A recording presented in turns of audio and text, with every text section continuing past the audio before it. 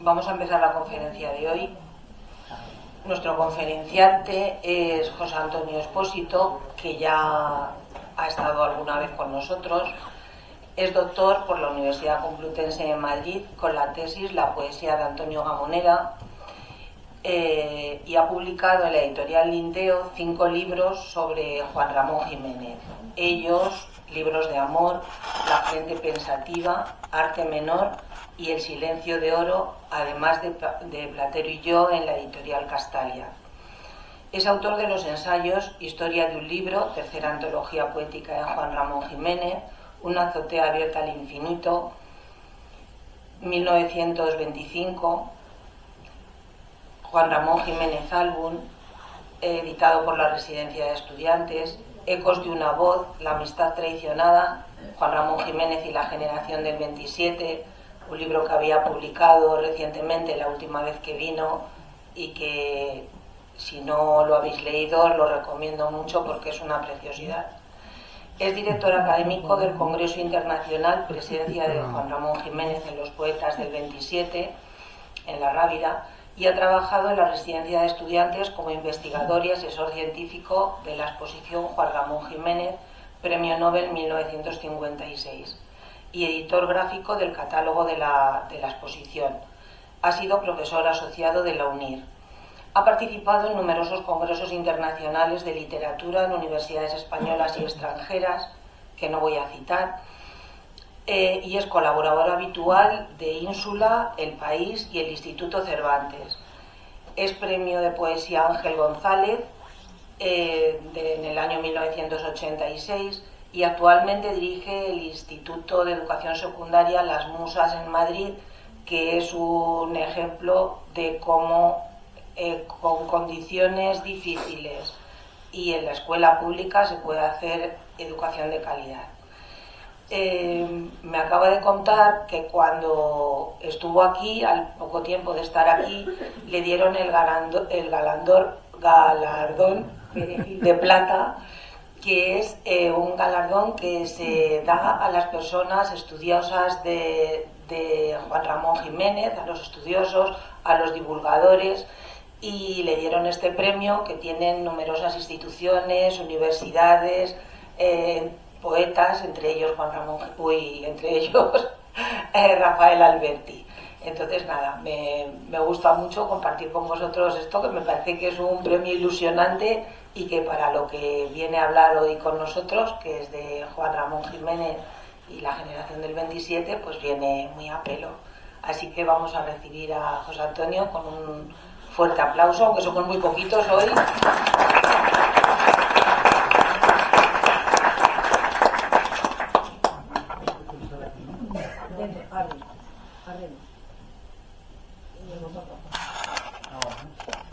Muy bien, pues buenas tardes, muchas gracias por esta amable invitación, que con mucho gusto pues estoy compartiendo hoy con vosotros lo que sé sobre Juan Ramón, ¿no?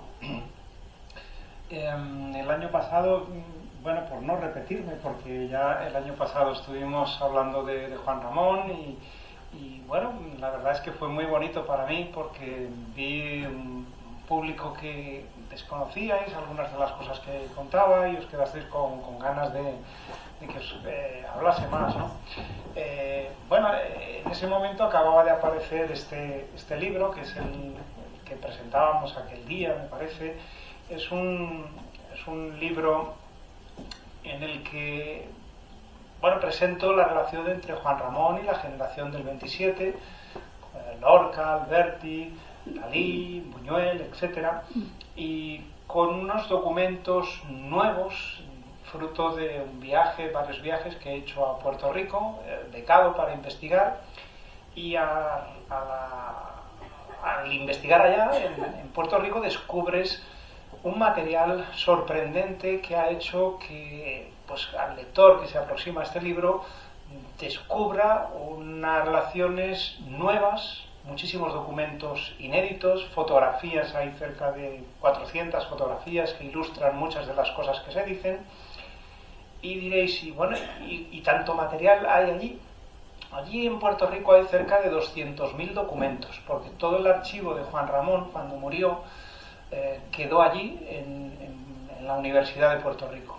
En Puerto Rico no hay interés por estudiar a un poeta español de hace tantos años, y desde España pues no se viaja allí a investigar, con lo cual cuando accedes allí a aquella sala y empiezas a abrir carpetas, todo está sin clasificar, te puedes encontrar una carpeta con 200 documentos que abres y a lo mejor pone el título del primer poema, que es lo que hay en esa carpeta, pero según vas pasando pues te encuentras un poema inédito de Miguel Hernández, una fotografía de Lorca, una carta de Ortega y Gasset, una factura de teléfono, en fin, no hay ningún orden allá, y es algo maravilloso porque la sorpresa es permanente a medida que vas abriendo carpetas.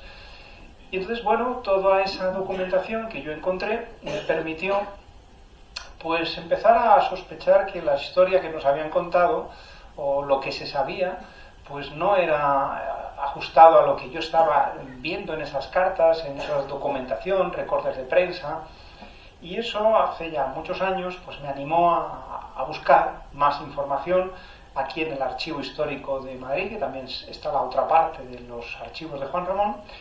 Y con todo eso y a la luz de muchas cartas que se han publicado de otros escritores, pues he reconstruido con este libro una historia que no va destinada para filólogos, para estudiosos, sino para un público más amplio, pues alguien que le apetece saber algo acerca de Unamuno, de cómo vivían, de cuáles eran las relaciones, las amantes de Salinas, las triquiñuelas que hacía Gregorio Martínez Sierra con dinero de la sociedad, una especie de Montepío que montó de actores, que se lo llevó a Suiza. O sea que fijaos, las cosas no son nuevas, sino que ya vienen desde hace tiempo. Y tenía allí dinero en Suiza, que se descubrió hace unos años, que publicó un periódico español una lista de nombres de personas españolas que tenían cuentas en Suiza, y uno de ellos era el Martínez Sierra, y se había llevado el dinero de los actores, ¿no? Bueno, pues todas esas cosas son anécdotas de la vida, porque los escritores a veces los endiosamos, pero son de carne y hueso, tienen sus debilidades, sus manías, sus obsesiones, y este libro indaga tanto en lo literario como en lo humano. También las actitudes, los comportamientos de unos y otros durante la guerra civil, durante el exilio. Por eso digo, es un ensayo de vida en definitiva, ¿no? Son grandísimos escritores todos ellos y tejieron pues un panorama maravilloso de nuestro país, pero hay muchísimas cosas que no se conocían o se ocultaban también de manera intencionada. Pensad que, en España durante 40 años hubo una dictadura y hubo determinadas cosas que no se podían publicar ni decir, y había unos exiliados que también, lógicamente, pues no tenían voz, y a la historia hay que casarla y hay que confrontar muchos testimonios, muchos documentos para reconstruir aproximadamente qué es lo que sucedió, ¿no? Y en este panorama, pues Juan Ramón muchas veces salió mal saldado en las universidades españolas, porque los que permanecieron aquí en España pues eran discípulos de Damaso Alonso, de Gerardo Diego, de algunos de los escritores que se quedaron en España, formaron a sucesivas generaciones de escritores, de profesores, y dieron una versión de los hechos en la que Juan Ramón era el malo y la generación del 27 eran todos purísimos y cándidos, y Juan Ramón era un envidioso, ¿no? Y claro, cuando indagas en la vida de Alberti, pues ves muchas contradicciones, y en la de Lorca, y en la de Guillén, y en la de Salinas, y creo que merecía la pena darle voz, en este caso, a Juan Ramón a través de este libro, y eso es lo que hice, ¿no? Y pues ahí está, para el que se quiera entretener un poco en conocer todas estas menudencias, ¿no? Pero yo hoy, en lugar de hablaros del libro, se habla de literatura, de política, de de una época esplendorosa de la España antes de la guerra, ¿no? Y bueno, luego después del exilio, de lo que ocurrió con unos y con otros, ¿no? Y es verdad que dice, es que sacudes mucho a algunos escritores. Bueno, yo intento explicar lo que a la luz de todos esos documentos he encontrado, y a veces pues que sale muy mal parado Bergamín. Pues sí, es verdad que Bergamín tuvo un comportamiento y una actitud extraña, o Alberti, o Gerardo Diego, o el mismo Jorge Guillén. Es sorprendente, ¿no? Bueno, y de hecho, fijaos hasta qué punto en algún caso me han pedido algún artículo en alguna revista de ámbito nacional y me han dicho que no, esas cosas no se pueden decir. Y dices, bueno, pero si era un artículo de una página, imaginaos que se puede decir un artículo, simplemente recuerdas un suceso o aludes y dices, no, eso no. Digo, ¿de verdad que todavía después de tantos años hay que mirar para otro lado con determinadas cosas? Bueno, pues sí, todavía sucede, ¿no? Bueno, pero yo hoy os quería hablar de amor, ¿no? Y bueno, pues era una faceta de la que no hablamos la última vez con Juan Ramón, y creo que también es una etapa muy, muy desconocida. Esto tiene que ver con otro libro que publiqué hace unos años, un libro inédito de Juan Ramón en esta editorial, que se llama Linteo, y es un libro maravilloso que se llama Libros de Amor. Libros de Amor. Es un libro que Juan Ramón dejó, como digo, inédito durante más de 100 años. Más de 100 años. Y cuando lo publiqué hace ya 12, 13 años, fue un escándalo. Un escándalo que alcanzó unas proporciones insospechadas, ¿no? Inauditas. Y diréis, ¿de verdad? Sí. Que un libro de un poeta abra el telediario de las 9 de la noche en televisión española y que te hagan una entrevista a mí, en este caso, hablando del libro, pues es una cosa que nadie se la cree, ¿no? Pues esto ocurrió hace unos años y hay un motivo enorme. Yo presenté ese libro en una sala en la residencia de estudiantes, una sala pues como esta, abarrotada de público, con televisiones de otros países, y dices, pero ¿cómo un libro puede despertar ese interés? Los periodistas italianos me entrevistaban, bueno, pues la BBC, pero ¿qué había en ese libro? ¿Qué había en ese libro? Pues había un Juan Ramón erótico, un Juan Ramón subido de tono, como uno no se imaginaba, de un poeta como Juan Ramón, que parece el místico del burrito, pero ahí Juan Ramón era carnal, era apasionado, hablaba de unos amores anteriores a su matrimonio, y entre esos amores pues había una serie de mujeres de las que ahora haré referencia, y al final entenderéis por qué el escándalo. Antes os sitúo por cómo se llega a ese libro, que se llama Libros de Amor. Juan Ramón tiene 19 años, vive en Moguer, es un joven pues con pasión por la poesía, por el verso, y bueno, un día en su casa de Moguer, pues una madrugada escucha gritos, voces, y resulta que esa misma noche pues le había dado a su padre, tenía 18 años Juan Ramón, le había dado a su padre una especie de ataque al corazón, y murió esa madrugada de manera fulminante.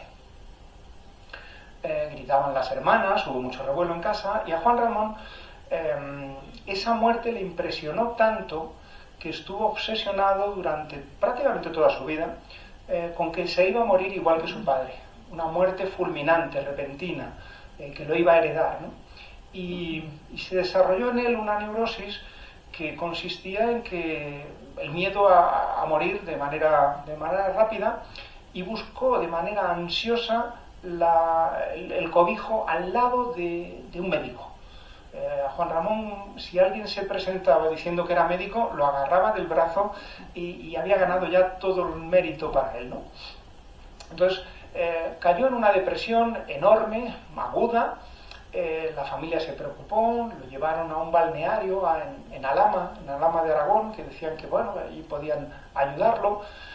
No parecía reponerse, y en Madrid se entrevistó la familia con el psiquiatra más importante que había en aquellos años, que era el doctor Luis Simarro, de la Institución Libre de Enseñanza, ¿no? Y este hombre, Luis Simarro, le recomendó a Juan Ramón y a la familia que viajase al sur de Francia a un sanatorio, este que tenéis en la fotografía, que se llama Le Buscat, a las afueras de Burdeos.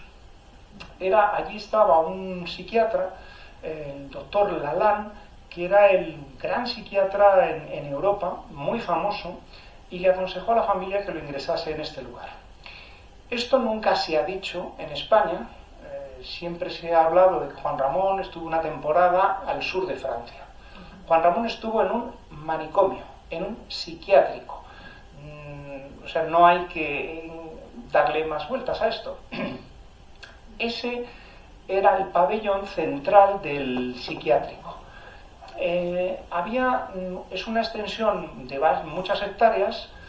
Yo estuve después allí, en ese sanatorio. Ahora ya no es sanatorio, es una residencia de ancianos y un parque muy grande. Y en ese sanatorio había dos partes, una donde vivía el doctor Lalanne, que es este pabellón. Vivía con su mujer y con sus hijos, tenía 3 hijos pequeños. Y al otro lado había una tapia donde estaban los locos. Y Juan Ramón llegó allí muy recomendado. Entonces el doctor Lalanne no lo puso a Juan Ramón con el resto de los locos, sino que estuvo alojado en su propia casa.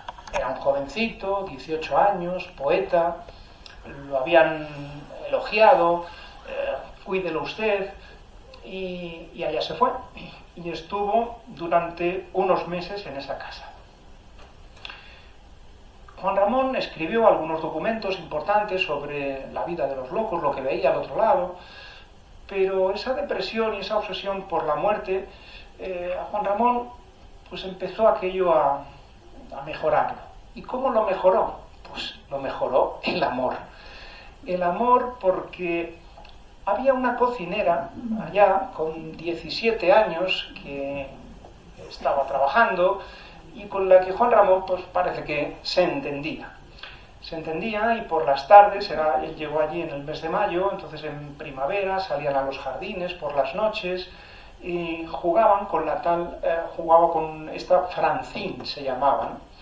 Hay unos poemas muy bonitos de Juan Ramón donde dice que juega con unas lilas en las espaldas desnudas de esta mujer, y en esos jardines pues se adentraban durante esa primavera y ese verano, ¿no? Bueno, pues gracias a esa relación, pues Juan Ramón parece que se fue animando, ¿no? Pero las cosas se le complicaron a Juan Ramón aún más, porque resulta, bueno, aparte decía Juan Ramón que en algunos momentos se añadía a esos encuentros una tal Madeleine.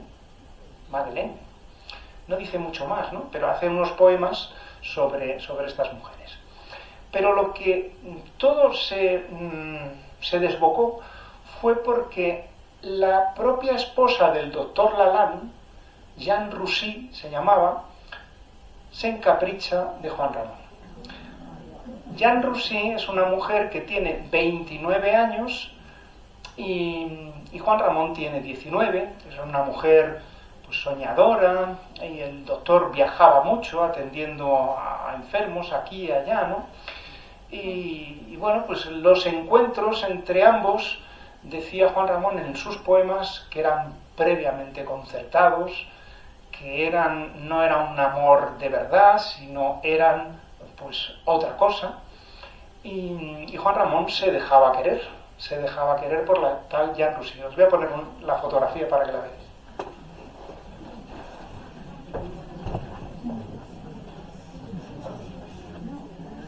Bueno, perdón. ¿Cómo se llama? No. ¿Cómo queréis?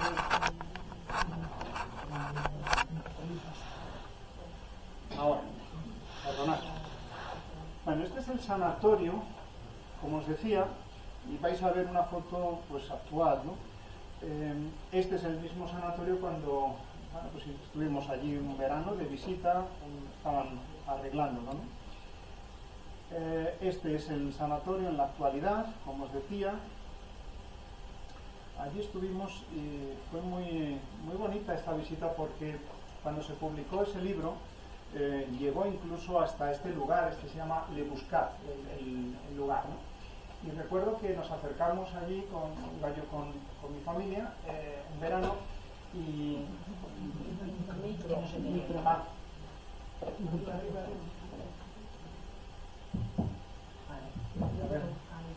¿Ahora? ¿Se oye? Sí. Pues decía que fuimos allí un verano, aprovechar las vacaciones para visitar, investigar y acompañaba a mi familia. Y me acuerdo que fuimos nos acercamos hacia donde estaba el alcalde y nos atendió allí la bibliotecaria. ¿Y usted qué es lo que busca? Yo le dije que buscaba la documentación de ese sanatorio para consultar las fichas de Juan Ramón que pudiesen estar allí para determinar la enfermedad y ver qué es lo que había sucedido. Y me acuerdo cuando me preguntó el nombre, ¿cómo se llama usted? José Antonio Expósito, levantó los ojos. ¿Usted es Expósito? Sí, sí. Entonces ellos tenían el libro que acabábamos de publicar y le parecía muy hermoso que se citase a un lugar tan pequeño como Le Buscat asociado a un premio Nobel, y estaban muy agradecidos por todo lo que se contaba, ¿no? Porque decían que para ellos era importante, ¿no? Y recuerdo que mi hija en aquel momento pues tenía 10 años o 11 años. Claro, ante aquello me miró pensando, mi padre es famoso, lo conocen por... Digo, no, hija, esto es una cosa muy especial.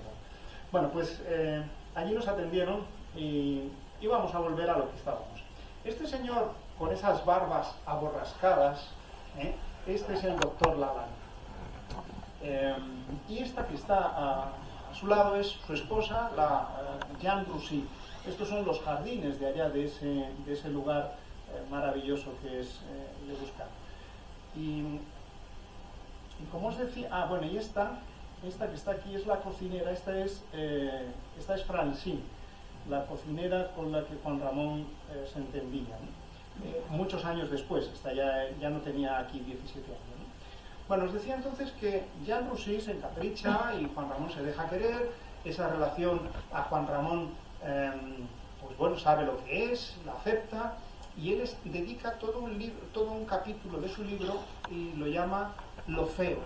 No es un amor para él como a él ensoñaba que debía ser un amor, pero bueno, pues era otro amor carnal, apasionado, intenso, erótico, etc., ¿no? Todo eso es lo que refleja en esos poemas.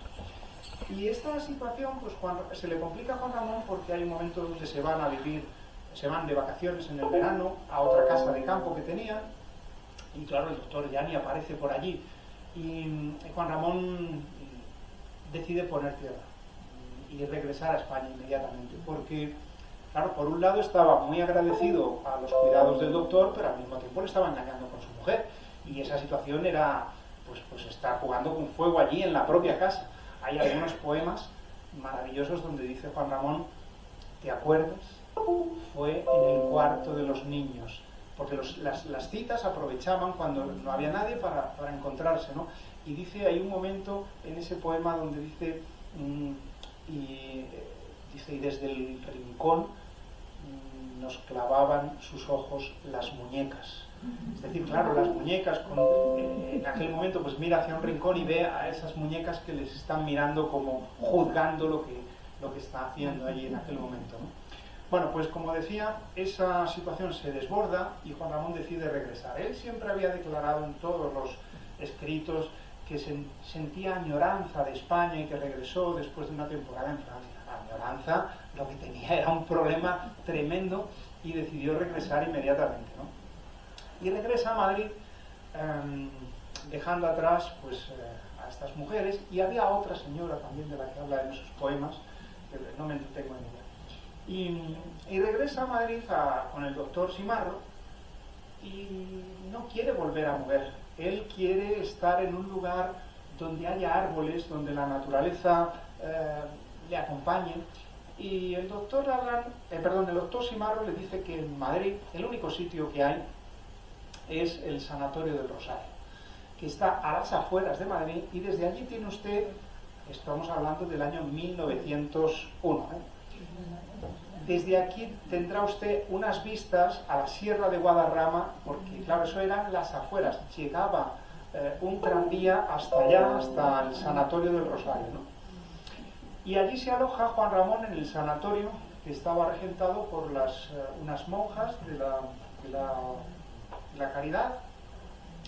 Y Juan Ramón vivía bien porque tenía su familia, tenía dinero, tenían negocios de vinos, o habían tenido exportación de vinos y tenían bienes.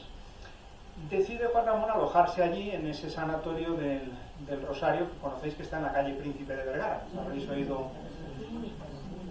Ahora sí, la clínica, que ahora es el centro de Madrid, pero como os digo, a principios de siglo eran las afueras, ¿no? Y sí, allí se aloja Juan Ramón tiene dos habitaciones, una donde duerme y una salita para recibir amistades, escribir. Y Juan Ramón declara que vivió allí dos de los mejores años de su vida. Tenía 19 años, escribía, recibía las visitas de unos poetas jóvenes como él, que en aquella época estaban empezando, los hermanos Antonio y Manuel Machado, Valle Inclán, el escritor también. Dice Juan Ramón que llegó un día un carro tirado con un caballo, llegó hasta allá y se bajó allí Valle Inclán, que había caído una nevada tremenda, y cuando le vieron bajar, porque Valle Inclán era un personaje además con ese aspecto que llevaba, esas capas, y todos dijeron, pero ¿cómo se le ha ocurrido a usted venir, Valle, con el día que hay? Yo le dije a usted que venía y aquí estoy, ¿no? Y acudió allí a pesar de aquella nevada, que lo cita Juan Ramón siempre.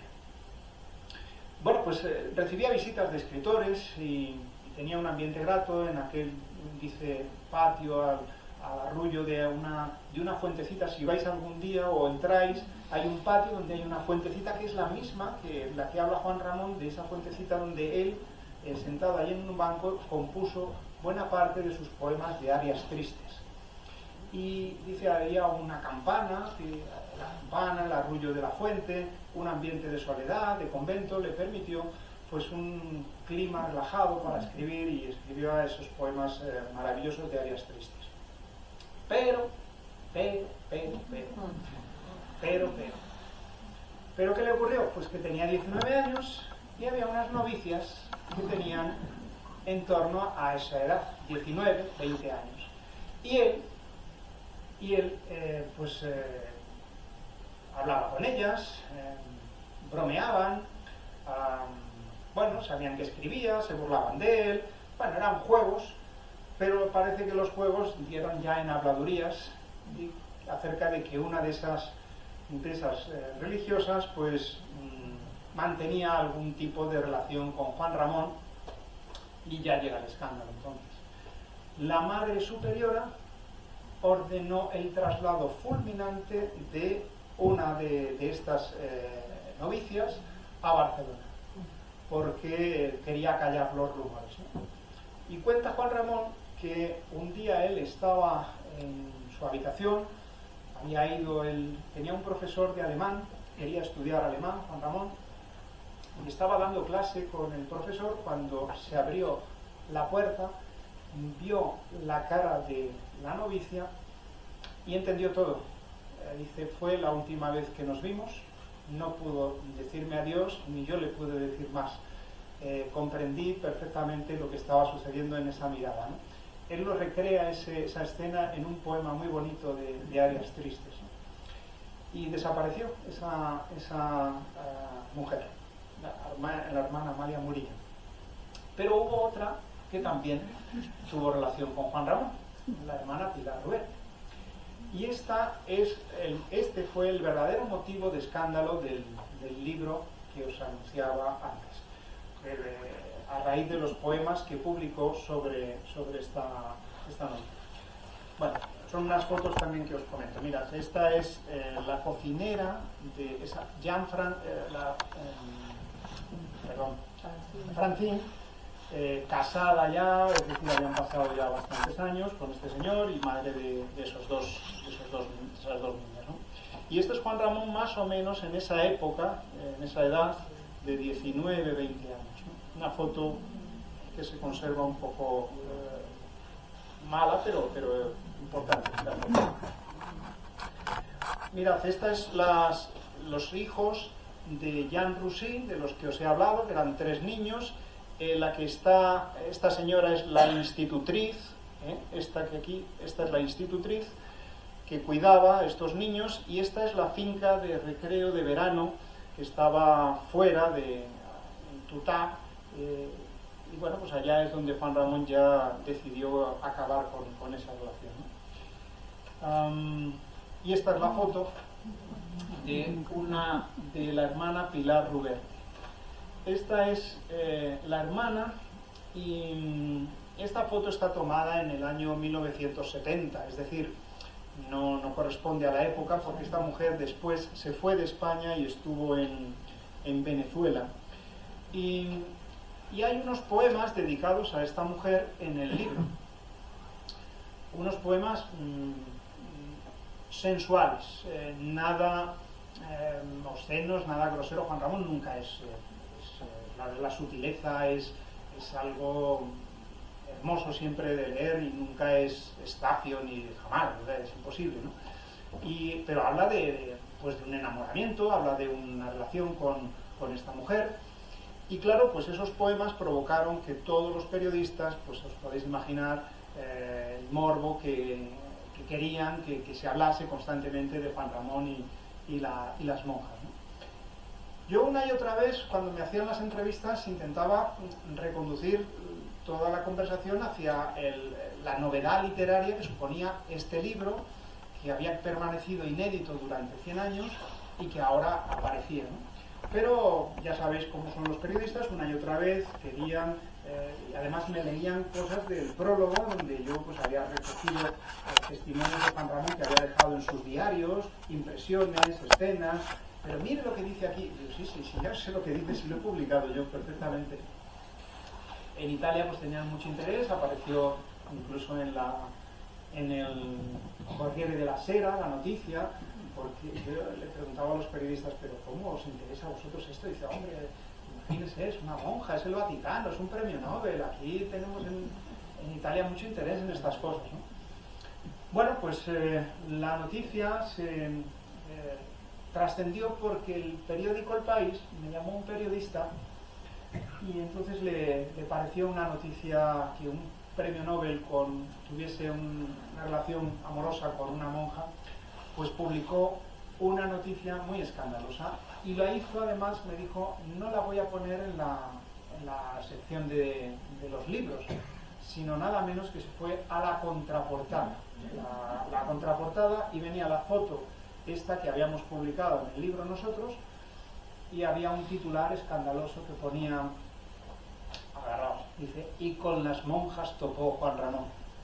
Y a continuación pues recreaba la historia y citaba versos y enlazaba uno con otro. Y claro, cuando aparece eso en El País, pues tiene una trascendencia enorme, que ya todos los medios, la radio, la televisión, quieren saber y te llaman y te entrevistan, y por eso ya fue aparición en televisión, y de ahí pues salta a la BBC y salta a no sé cuántos sitios. Ya por contaros simplemente una anécdota de la repercusión que tuvo, me llaman un día para decirme que un señor que me dice que soy periodista, soy corresponsal de Guardian en España. Pensaba que era, digo, este es un amigo que me va a tomar el pelo con el asunto del libro. Y bueno, pues un periodista que parece que se identifica como periodista del Guardian, que quiera hacer una noticia sobre esto, le parecía interesante, y yo insistí mucho en la parte literaria. Mire, me interesa destacar el aspecto literario, no quiero hablar de estas cuestiones morbosas que pueden tener, pues sí, mucha venta, pero no me interesa. No, yo soy un periodista muy serio, yo soy corresponsal. Y bueno, pasan unos días, me llama el editor y me dice, ¿has visto el Guardian? No, baja a comprarlo, cuéntame, ábrelo. es un tabloide de esos grandes que abres el Guardian y veía una foto de Juan Ramón con Zenobia, y yo que pensé que el periodista pues me había hecho caso y se iba a centrar en lo literario. El titular del artículo era Mi sexo en el convento por el premio Nobel Juan Ramón Jiménez. Os podéis imaginar el resto del artículo y las cosas que decía y por dónde iba, ¿no? Con lo cual, pues bueno, las cosas me preocupaban porque estaban cogiendo una deriva extraña. Una periodista del Mundo, recuerdo que publicó poemas de sexo negro de Juan Ramón. Yo decía, pero esta periodista, ¿cómo puede? La llamé y le dije, pero oye, no entiendo esto de que has puesto de poemas de sexo negro. Dice, no, si esto lo dice Juan Ramón. Digo, ¿dónde? Dice, mira, en este poema. Digo, no, mira, pone tu sexo negro, dulce como un plumón de pájaro. Ese era el verso. Pero no son poemas de sexo negro. Digo, ¿qué práctica sexual es esa? Que parece que ahora lo vamos a sacar a Juan Ramón de ser el santo del burro, a hacer ahora una especie de pervertido con, no sé. No te preocupes, lo corrijo y lo quito, me dijo, estaba en internet, ¿no? Bueno, pues como os digo, las noticias corrían y bueno, pues hasta que al final, pues Luis Ansón hizo un artículo muy bonito y se centró en lo meramente literario, se recondujo la historia y se habló de la aportación de este libro inédito en la obra de Juan Ramón como un libro donde descubríamos todos a un joven apasionado, novedoso con respecto a todo lo que conocíamos hasta entonces de Juan Ramón, más ensoñador, más idílico, y este era un joven carnal, apasionado, vividor en ese momento. Y bueno, ¿por qué no publicó Juan Ramón ese libro? Pues la explicación es muy sencilla. Juan Ramón conoció a la que fue su mujer, a Zenobia, la conoce en el año 1913 y en un curso que se da en la residencia de estudiantes. Allí se la presentan, Juan Ramón se queda prendado, nada más verla, y Juan Ramón ese verano, eso fue en junio, y en verano empezó a intentar pues quedar con esta mujer, conocerla, y ella había venido a cursar, a hacer un curso de verano aquí en España y bueno, empezó una relación entre ambos, ¿no? Juan Ramón le había regalado un libro a ella, el que acababa de publicar, un libro que se llamaba Laberinto, y era un libro pues de unos amores sensuales, decasílabos y alejandrinos, y bueno, pues a ella no le gustó nada el libro, y vivía en la calle en la Castellana, y había un banco debajo de su casa, y en aquella época, pues yo esto a veces lo cuento a los alumnos y se extrañan, y digo, bueno, pues sí, un joven que pretendía a una chica en aquellos años se sentaba en el banco a mirar el balcón a ver si salía o no salía la chica y le decía algo, ¿no? Y contaba pues que a veces pasaban por allá, por la Castellana, pues pasaba Ortega y le decía, pero Juan Ramón, ¿qué hace aquí? Bueno, aquí estoy rondando, ¿no? Y entonces se mandaban, eso sí, muchas notitas, cartas que mandaban, entregaban, y ella recibe una nota en la que le dice, pues, le pregunta a Juan Ramón qué le ha parecido el libro, y ella le dice, si llego a saber que está usted anoche abajo en el banco, dice, el libro hubiera salido por la ventana. No le gustó nada. Qué bien, dice, le puede hacer usted a nadie, ni a nadie con ese libro de esos amores sensuales. Bueno, pues Juan Ramón notó que había pinchado en hueso, que eso, desde luego, por ese camino no iba a progresar en su relación con Zenobia, y había entregado unos días antes libros de amor, este poemario donde se recogen todos estos amores con la Jean Roussy, con Francine, con las monjas, todos esos poemas estaban en ese libro, libros de amor, lo había entregado en la imprenta. ¿Y qué hizo Juan Ramón? Se fue a la imprenta, recogió el libro, lo guardó en un cajón y se olvidó. No volvió Juan Ramón a tocar esos poemas porque bueno, la relación con Zenobia avanzó, cuajó, se casó y por lo tanto ya estaba fuera de contexto el publicar un libro de este tipo, ¿no? Y por eso quedó el libro dormido y olvidado durante 100 años. Y lo rescatamos, por lo tanto, en esas fechas, hace 13, 14 años, ¿no?, que se publicó. Y bueno, conocimos a un Juan Ramón muy distinto al que hasta ahora conocemos. Y es un libro bonito, melodioso, con un ritmo muy interesante, tipo modernista, con alejandrinos, muy musical, un libro de amor muy variado. Ese fue un poco la historia de por qué no se publicó y los amores que aparecen ahí. Este es el Juan Ramón de ese entonces. Y hay otra mujer, la última de la que os hablo ya, en esos libros de amor. Hay algunas más. Hay su primera novia, que fue Blanca, una mujer de Moguer. Hay una tal Susana también, de Moguer. Y está esta otra mujer que se llamaba Luisa Green. Luisa Green fue la última relación que tuvo Juan Ramón, o que intentó Juan Ramón, porque ahora os cuento lo que sucedió, antes de casarse.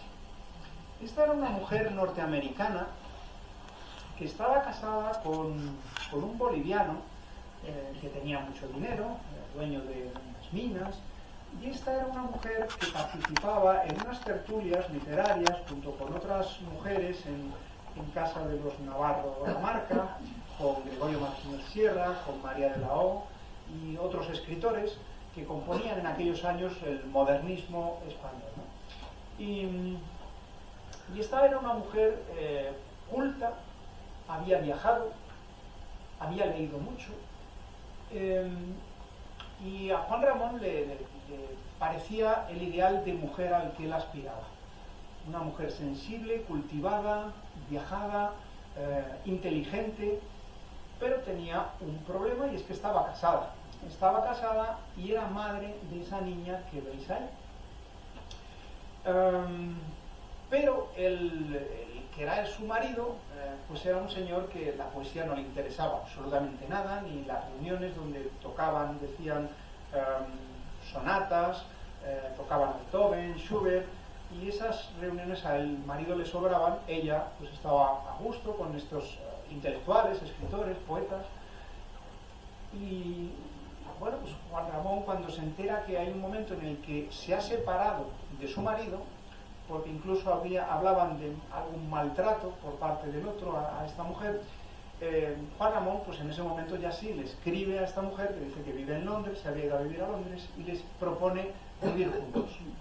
Juan Ramón dice que le encantaría poder vivir juntos junto con ella, y ella le dice que no. Y le dice que no porque tiene una niña muy pequeña, y dice que hasta que su hija no sea mayor, ella no quiere entablar una relación de amor con otra persona, ¿no? Y Juan Ramón le escribe una carta muy, muy, muy curiosa, en la que le dice: yo sabré esperar, y esperaré a que su hija crezca, pero juntos viviremos, porque bueno, se entendía con ella muy bien. Era una mujer, como digo, que encajaba en su ideal de lo que era su aspiración para una mujer. Bueno, él estaba en esa situación de espera cuando se cruzó en su camino Zenobia, y como os he dicho, pues se casó al final con ella. Pero esta mujer tiene mucha importancia en el cambio que se produce en el estilo de escritura de Juan Ramón, porque hasta entonces Juan Ramón está influido por la lírica francesa, los escritores que ha leído cuando ha estado en Francia, y tiene una influencia muy notable de la poesía francesa. Pero esta mujer le descubre a Juan Ramón y le entrega a veces libros de poetas ingleses, norteamericanos, que para Juan Ramón no eran conocidos, y y le abre, por lo tanto, un escenario diferente que va a ser el rumbo que tome en la segunda etapa de la poesía de Juan Ramón, con Diario de un poeta recién casado. Va a ser unos poemas más breves, menos adornos, va más a lo sustancial y más esenciales, diría, ¿no? Y cambia, y buena parte de ese cambio se debe al influjo que ejerce esta mujer con las lecturas y la conversación que mantiene con ella en esos encuentros, ¿no? Y que luego se confirma con Zenobia, que también era una mujer pues similar a esta mujer. Bien, hemos visto un poco esos amores. La siguiente pregunta que normalmente después de esto me soléis hacer es: ¿y hubo más? ¿Y hubo más? ¿Y hubo más después de casado Juan Ramón? ¿Tuvo más historias de amor? Bueno, os dejo pensativos. Os voy a leer algo, ¿no? Por lo menos para... Os dejo pensativos. Cuando publiqué Libros de Amor, yo publiqué todo lo que había encontrado en el libro, notas, apuntes, para reconstruir esa época que me parecía pues, apasionante. Los nombres de las mujeres se conocían porque algunos los citaba en algunos libros, en algunos poemas, y los críticos muchas veces sospechaban que eran ficciones. Que esas mujeres no eran de carne y hueso, que se las había inventado Juan Ramón, porque si no se conocía nada de Juan Ramón, todas esas aventuras amorosas, nada, eso son ensoñaciones. Y en el libro lo que traté es de identificar a cada una de esas mujeres, incluso con fotografías, como acabáis de ver, reconstruyendo también por las cartas, datos de cada una de ellas, y bueno, pues efectivamente lo que comprobé es que existían, y que no eran elucubraciones, sino eran mujeres de carne y hueso, ¿no? Y después de descubrir y mirar, pues no sé si los 200.000 documentos, pero miles de documentos, después de haber publicado el libro, pues encontré una nota de Juan Ramón, porque el debate, como os he dicho, era si estas historias que contaba Juan Ramón eran reales, no eran reales, eran ensoñaciones, incluidas las de las monjas, ¿no? Y bueno, yo decía siempre a los periodistas: mire, yo no estaba allí, yo lo que leo es lo que ha escrito Juan Ramón y bueno, de ahí usted sacará conclusiones o no, pero esta nota que encontré entre los papeles de Juan Ramón, os la leo, a ver qué os parece a vosotros. Bueno, es una escena en la que están en el Sanatorio del Rosario.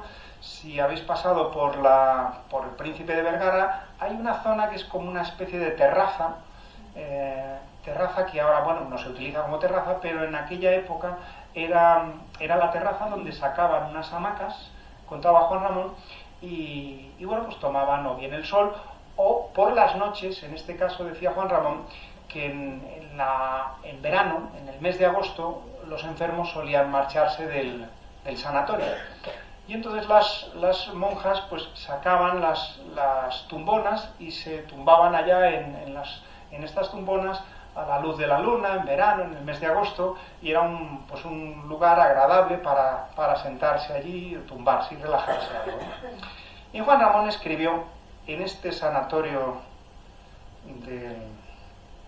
lo siguiente, dice: en las noches de agosto, las hermanas se sentaban en la terraza sobre la capilla enmecedoras. La pereza y la noche, con su falta de voluntad, permitían el lujo. Y se quitaban las mangas interiores, las mangas del hábito se las quitaban, y se quitaban las mangas interiores.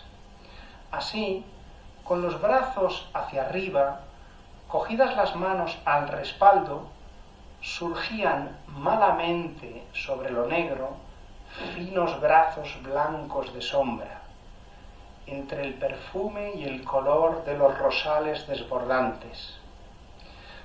Bajo las estrellas infinitas y el eclipse de una luna grande y de plata, yo se los acariciaba a la hermana Amalia largamente, hasta llegar por la abertura grande del hábito a los pechos menudos, medrosos, solo vistos por las manos, porque el hábito no se podía quitar fácilmente.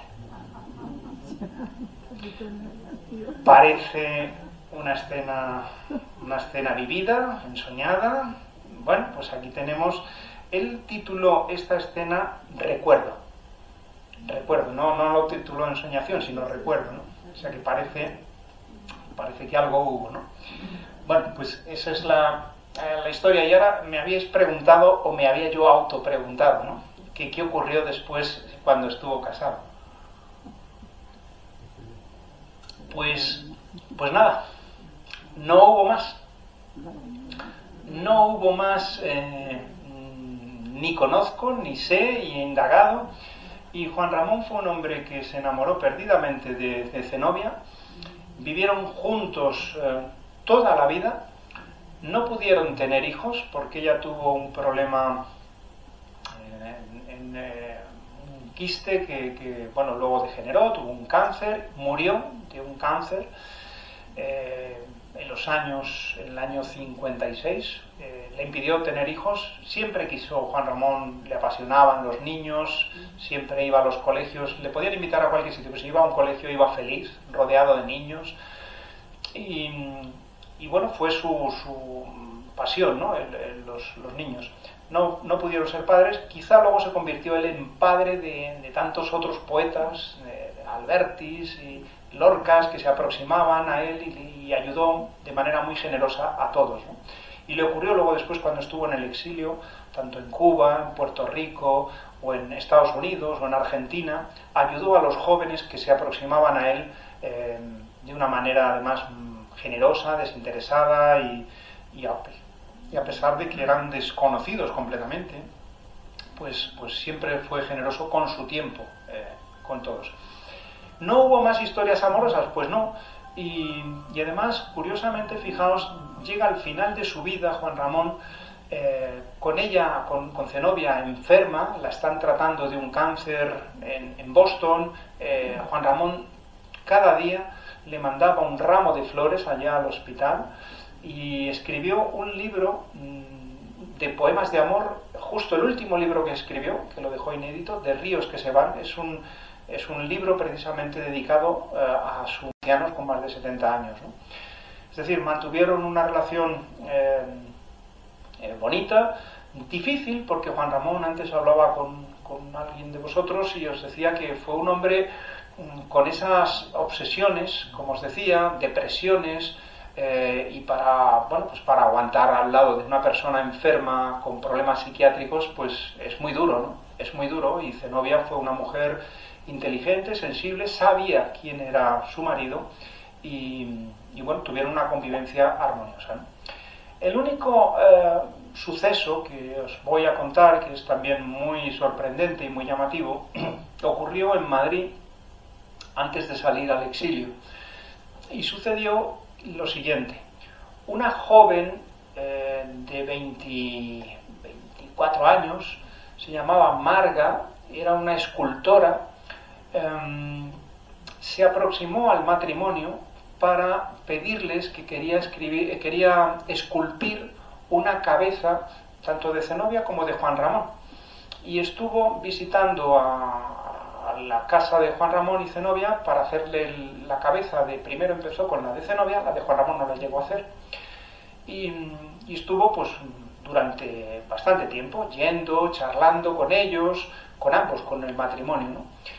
Y esto fue avanzando en una historia en la que Marga se enamoró de Juan Ramón. Le duplicaba la edad en aquel entonces Juan Ramón, pero ella se enamoró, como les pasaba a otras escritoras, también decían algunas, Ernestina contaba, y otras escritoras decían, bueno, es que les atraía a Juan Ramón su carácter, su personalidad, su magnetismo, su sensibilidad, y no dejaban es que nos quedábamos embobadas con él, ¿no? Y esta chica se enamora perdidamente de Juan Ramón, Marga Hill Reset, una escultora con un talento extraordinario que había hecho unos dibujos y unas esculturas pues con apenas 18 o 20 años maravillosas, y que tenía un talento innato extraordinario. El escultor, Vittorio Macho, le dijeron, bueno, pues a ver si le podía dar unas clases, le pidió los padres de esta escultora, y Macho dijo, ni hablar. El talento de esta mujer yo no lo puedo enturbiar con ninguna clase. Es mejor que esta mujer siga su camino por libre, ¿no? O sea, que era una mujer, como digo, con un futuro maravilloso. Se enamora perdidamente de Juan Ramón y un día se declara y se lo dice a Juan Ramón. Y Juan Ramón pues le dice, pero ¿qué dices, Marga? Tú has perdido la cabeza, tú tienes que fijarte en alguien de tu edad.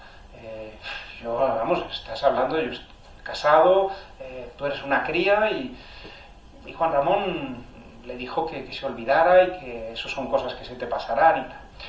Pero aquel día ella, cuando se le declara, pues le deja a Juan Ramón, le entrega una carpeta con documentos, y le dice que por favor que no lo abra, ¿no? Era su diario, el diario que había escrito Marga durante un tiempo, un año, con sus reflexiones, sus obsesiones con Juan Ramón, etcétera, ¿no? Y sale de allí, de la casa de Juan Ramón, llorando. El portero dice que la vio pasar y iba llorando, la conocía porque subía a menudo a casa de Juan Ramón a esculpir aquella cabeza. Cogió un taxi y se fue a un hotelito que tenían por la zona de Villalba, ¿no? Se fue allá y en ese hotelito que tenía la familia se disparó un tiro en la cabeza. Se suicidó y además dejó pues eso, las notas, ¿no?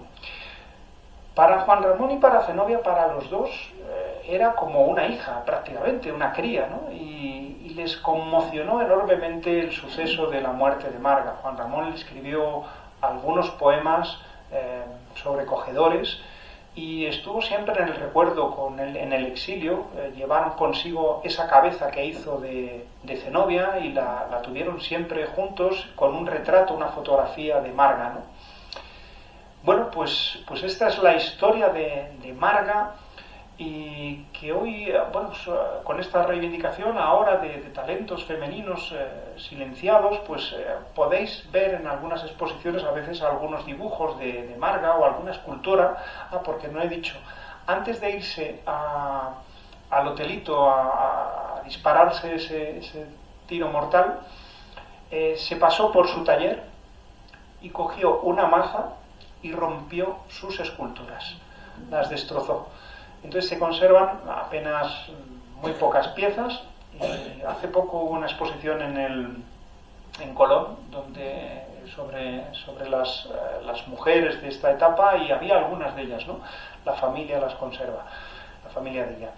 Y bueno, pues es una historia terrible, como digo, y hace unos años también se publicó ese diario de Marga, con sus anotaciones y sus reflexiones sobre esa pasión que sintió por Juan Ramón, ¿no? Y bueno, pues este es un repaso de las historias amorosas de Juan Ramón, la repercusión que tuvo en su vida, la repercusión que tuvo en su obra. Otro día pues os leeré los poemas, ¿no? Algunos de esos poemas. El libro se llama Libros de Amor, como digo, y bueno, pues allí encontraréis pues estas delicadezas amorosas transformadas en poesía.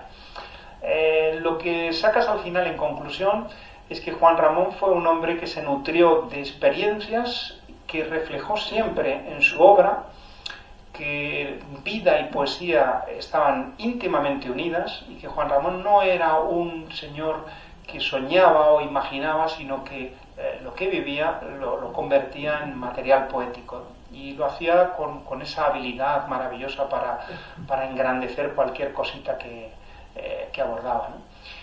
Y bueno, pues eso ha querido hoy hablaros de amor y de un Juan Ramón desconocido, me imagino, para todos vosotros, ¿no? Hay mucho Juan Ramón desconocido, como veis.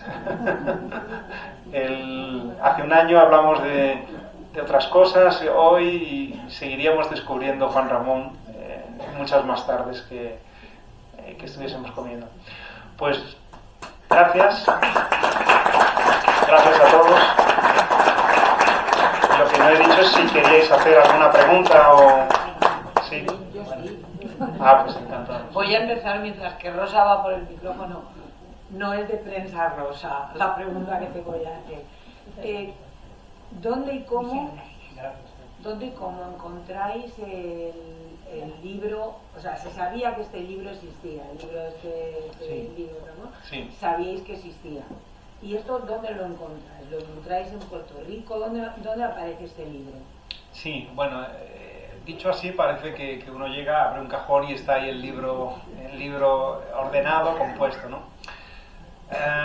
Pues mira, hay muchos avatares y en la vida de Juan Ramón, como os podéis imaginar, pues tuvo que cambiar de domicilio pues no sé cuántas veces. Muchas. Ya en Madrid, Juan Ramón nunca tuvo casa propia. Siempre vivió de alquiler y vivió siempre por el barrio de Salamanca, eso sí. Tenía el gusto de vivir en un barrio pues acomodado, limpio, ordenado, porque a él era muy maniático de estas cosas, de la limpieza y el orden, ¿no?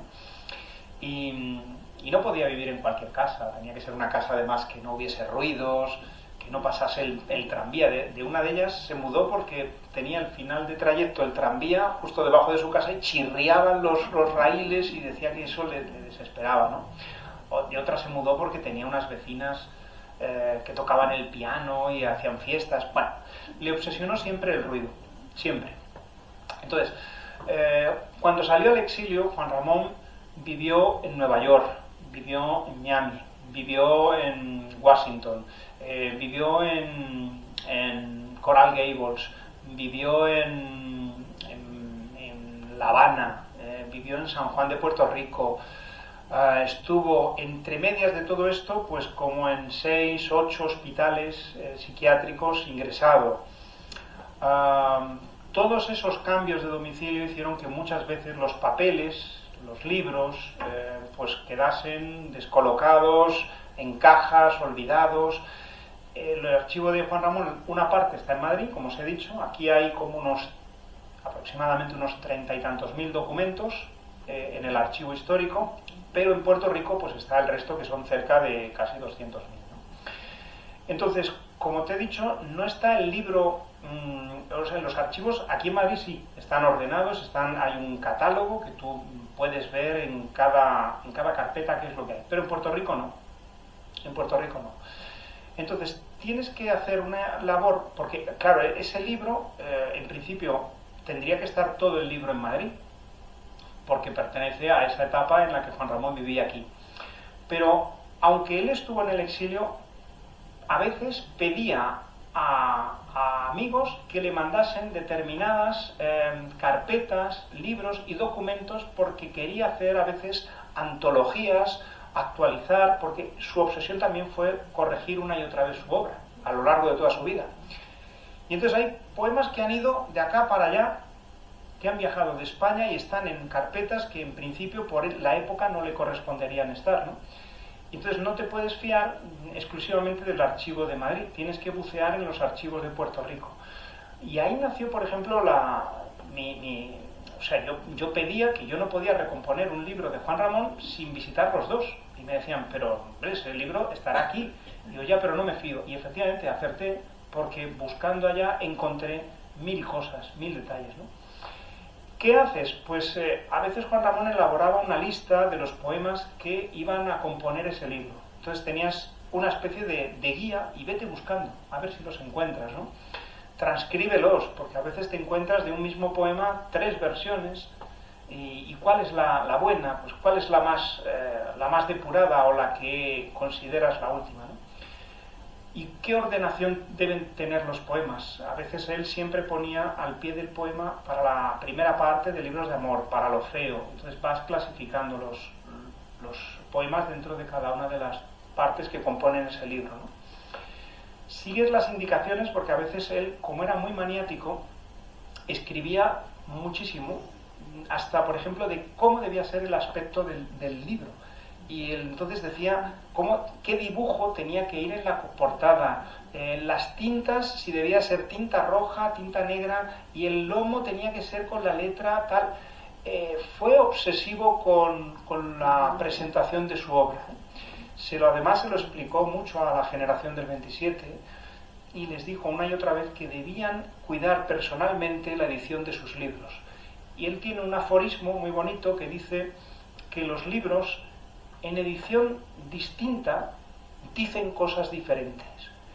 Y es una verdad como un templo. Tú coges un libro editado en mal papel, con la letra apretada, sin márgenes, y el libro ese mismo lo lees en una presentación adecuada, no con lujos, porque Juan Ramón odiaba los lujos, quería algo sencillo, limpio, donde lo que destacase fuese el poema y no el filetito del adorno o la greca, ¿no? Y es cierto, en los libros el aspecto material es muy muy importante y tiene que estar soportando o en consonancia con el contenido del libro, efectivamente. Por eso para un poeta es tan importante cuidar la tipografía, el papel, las tintas, y en eso fue muy esmerado Juan Ramón. Fue muy pulcro en esto, en el vestir, en el trato, y eso le granjeó fama de ser un hombre muy exquisito. Y claro, el juicio de Juan Ramón era certero siempre. Entonces el libro ha habido que recomponerlo con mucho esfuerzo para casar todas las piezas, ¿no? Seguramente alguna no esté bien casada, pero es que no puedes hacer más, ¿no? Ya, pero me llama la atención que si era un libro que había estado en la imprenta, sí, luego después estuviera disperso, no estuviera junto guardadito. Bueno, es curioso eso. Ese libro, efectivamente, en aquella época no había fotocopiadora, entonces los poemas iban a la imprenta escritos a mano. Y lógicamente te encuentras los poemas con el mismo tipo de letra, un mismo papel, y enseguida a veces ves de lejos y dices, eso pertenece al libro, porque por la letra, por el tipo de papel está en esos años. Pero otras veces, a veces ha cogido ese poema y se ha puesto a escribir una versión mejorada, y a veces ha desaparecido ese papel viejo de la época y te encuentras con un papel distinto que no corresponde a entonces, ¿no? Y bueno, pues todo eso hay que pulirlo. Pues un trabajo muy interesante. Sí, muy bonito, sin duda. Bueno, yo lo primero de todo, darte las gracias otra vez. Decir que el descubrimiento de este Juan Ramón amoroso, de amor, me parece también otra faceta bastante desconocida, por lo menos para mí, pero quería hacer una referencia más a la difusión o a la prensa o al conflicto con la prensa que provoca una cosa así. ¿Cómo se torea en esa situación estas cosas? Primero, ¿cómo la prensa, diríamos, destruye o desvirtúa lo importante de muchas de las cosas que nos pasa siempre, por lo menos que tenemos que ser conscientes? Y cómo se lucha con eso. Y segundo, ¿cómo es posible, o a quién, no quién lo hace, sino a qué personaje todavía no se puede decir cosas de las que Juan de Ramón decía hoy?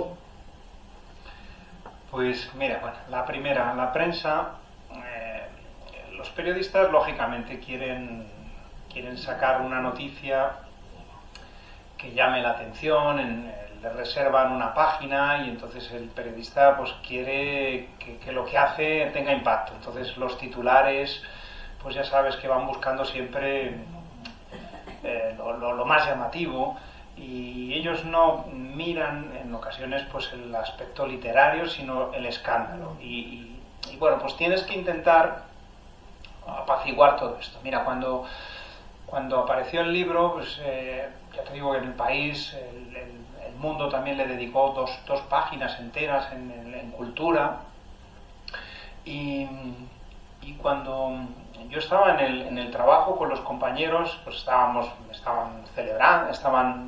celebrando, pues que enhorabuena, y todo el mundo me felicitaba por la aparición del libro, pero ese día habían aparecido en prensa pues páginas enteras hablando de las monjas y bueno, pues muy bien, muy contentos. Y en ese momento me acuerdo que recibí una llamada de mi editorial, el editor, y entonces me llamaba para decirme: acabamos de recibir una llamada de la Madre Superiora del Sanatorio del Rosario que dice que nos va a denunciar. ¿Cómo que nos va a denunciar? Entonces decía que había leído la prensa, había visto la foto, y entonces decía que habíamos publicado una foto sin el permiso de la familia, y que ese señor sería poeta y sería muy bueno, pero esta señora que había hecho cosas muy importantes y muy buenas en América por ayudar a mucha gente, ¿no? Y que los poemas eran pornográficos y que eran una vergüenza, entonces que nos iba a denunciar.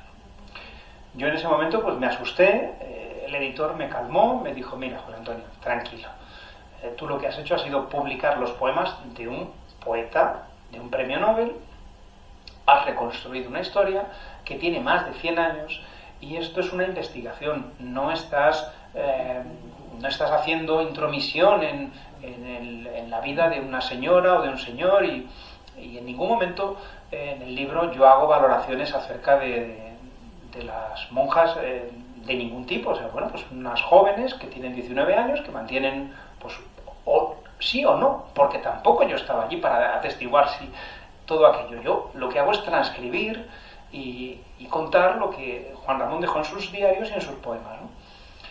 Pero ese momento, por ejemplo, yo cuando lo contaba, algunos me decían, otros escritores, amigos, me decían: ah, pues estupendo, José Antonio, que te denuncien, más libros vas a vender.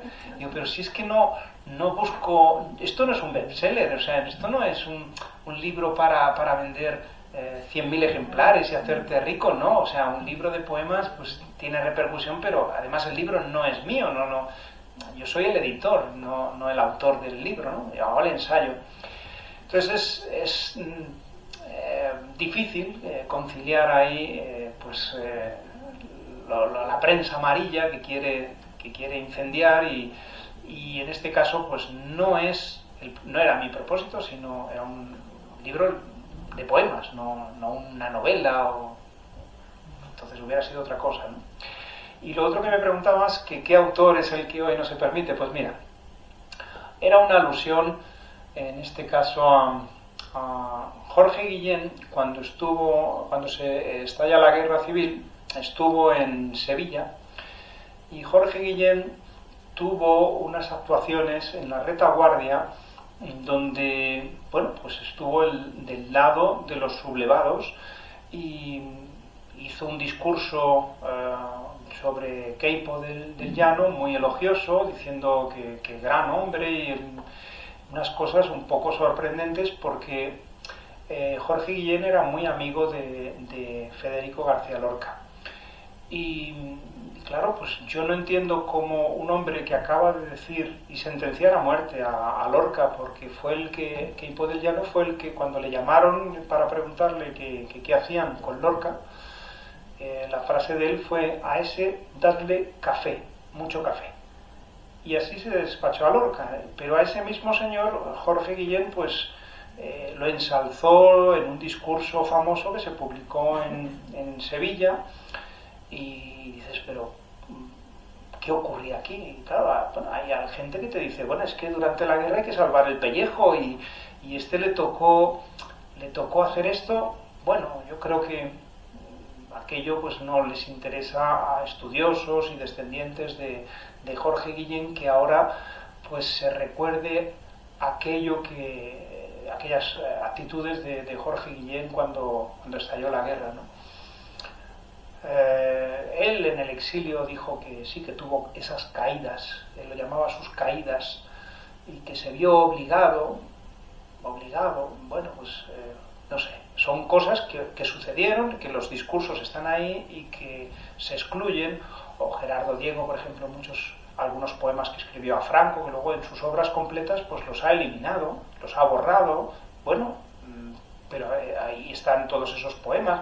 O Alberti también escribió unas cosas a Stalin, que cuando les dices a otros, dices, bueno, pues este hombre o no se enteraba o nos quería engañar a todos, porque es que no sabía que Stalin era un asesino que había masacrado, hizo una camarada, y no sé, lo ensalzaba de una manera. Bueno, pues son pasados de unos, de otros, que a veces molesta cuando dices, ¿qué pasó en aquellos años? ¿No?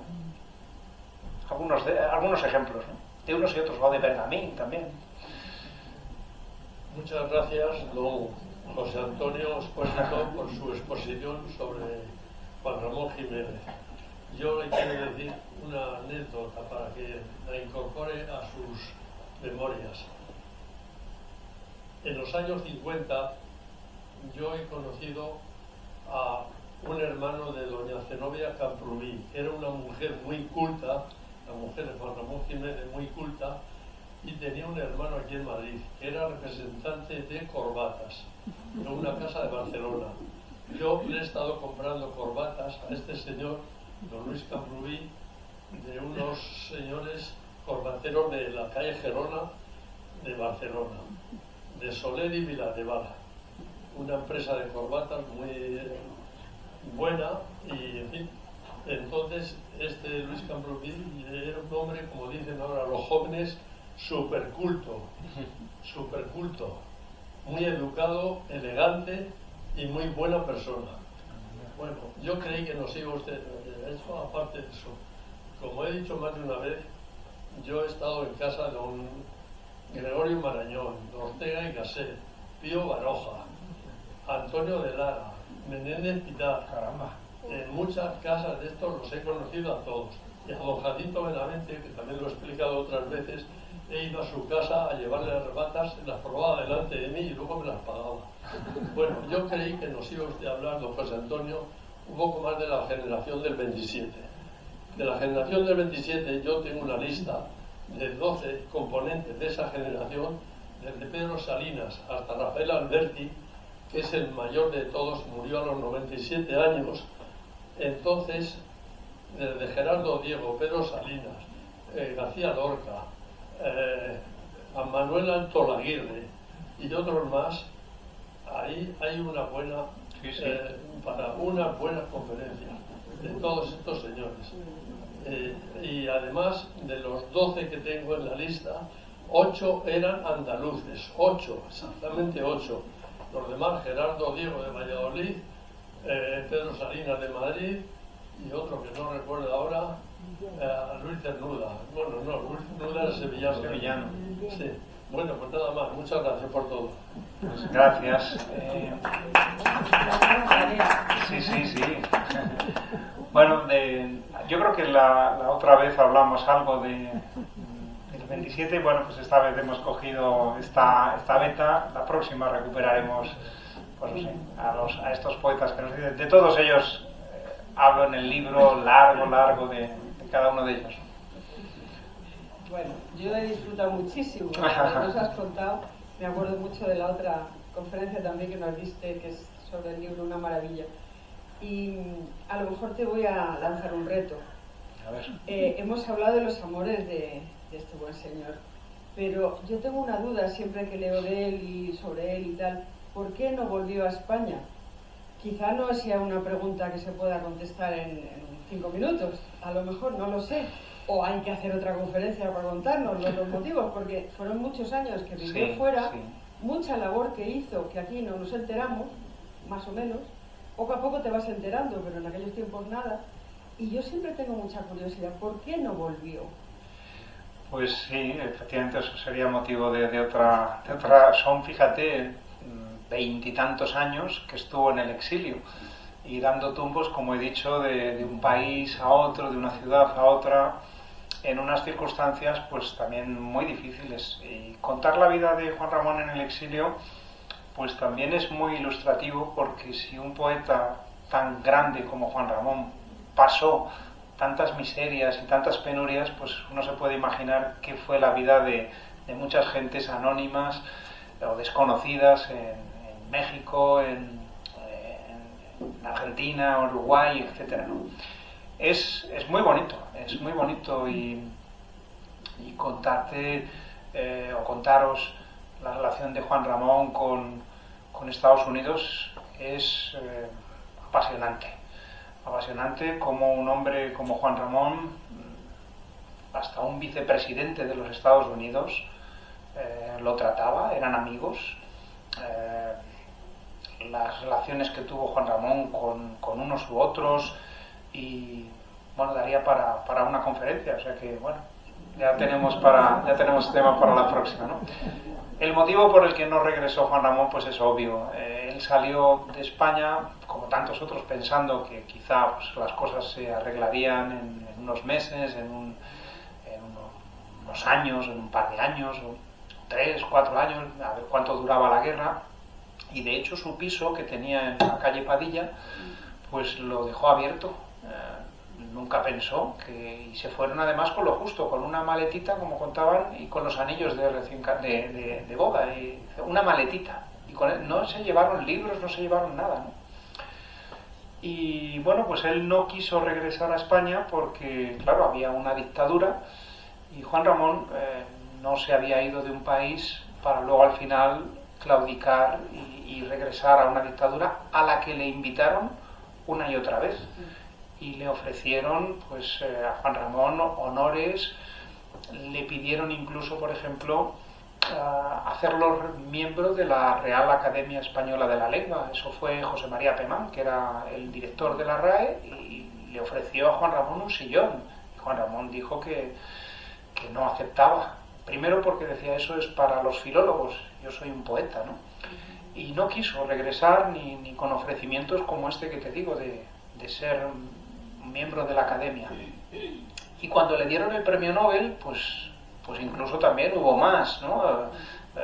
Pues vamos a ponerle ya alfombra para que regrese, y qué necesita y qué quiere, ¿no?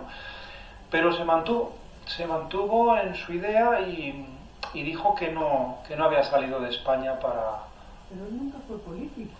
No, fue un hombre que creía en la belleza y en la poesía, pero un hombre que su planteamiento ético era un hombre que se había forjado con la institución libre de enseñanza, con unos ideales nobles, con unas aspiraciones donde la belleza y el compromiso están por encima de muchas cosas que otros no entienden. Hoy hablar de esas cosas es algo pues extraño, ¿no?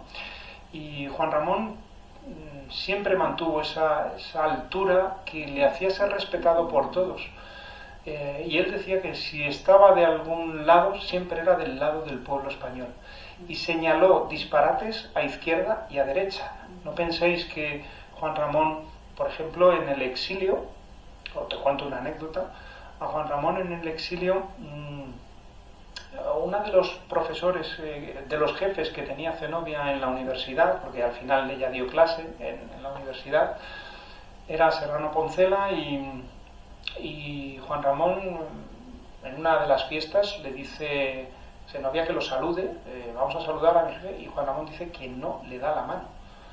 Bueno, este señor es que estaba involucrado en los fusilamientos de Paracuellos, y que mataron a tantos militares de la derecha, ¿no? Y Juan Ramón dijo que no le daba la mano a un asesino, que él no se había ido al exilio para darle la mano a un asesino, ¿no? Y era el jefe de Zenobia, y Zenobia estaba preocupadísima porque decía, es que me juego los garbanzos, ¿no? Y Juan Ramón no dijo que no, pero con Franco Juan Ramón era incapaz de decir yo acepto regresar a mi país, porque eso era claudicar. Guardó durante toda su vida una notita, y esto lo publico en este libro, una nota muy curiosa. Cuando en el 31 de julio del 36 los intelectuales españoles publicaron un manifiesto de adhesión a la República, y estaba firmado por los intelectuales más importantes de entonces. Y Juan Ramón ese recorte lo tuvo durante toda su vida en el exilio, y fue tachando línea por línea los nombres de los intelectuales que al final acababan regresando a la dictadura de Franco. Pérez de Ayala, Marañón, uno tras otro. Y es curioso ver cómo un hombre pues que tenía claro que él no iba a ceder, ¿no? Esperaba que en algún momento se acabase la dictadura, que era una anomalía en toda Europa, o sea, todos los países eran democracias y en España se mantuvo una dictadura de una manera extraña y bueno, pues vivía en una democracia en Estados Unidos y no quiso regresar, o sea, a pesar de que si hoy alguien enamorado de su tierra era Juan Ramón y hablaba de Moguer y llegaba alguien, conocía a algún andaluz y háblame y le obsesionaba, pues por eso se fue a vivir a Puerto Rico, porque le recordaba el clima, las casas, las gentes, su Moguer. Y fue terrible, morir en el exilio sin volver a pisar tu tierra, eso es lo peor, ¿no? Es, bueno, tragedia para cualquiera. Y más para un poeta, porque él decía incluso que estaba olvidándosele su idioma natal, porque no lo escuchaba. Él escuchaba inglés, pero decía que su español se había quedado detenido en el año 36, que no evolucionaba, y bueno, tenía parte de razón, ¿no?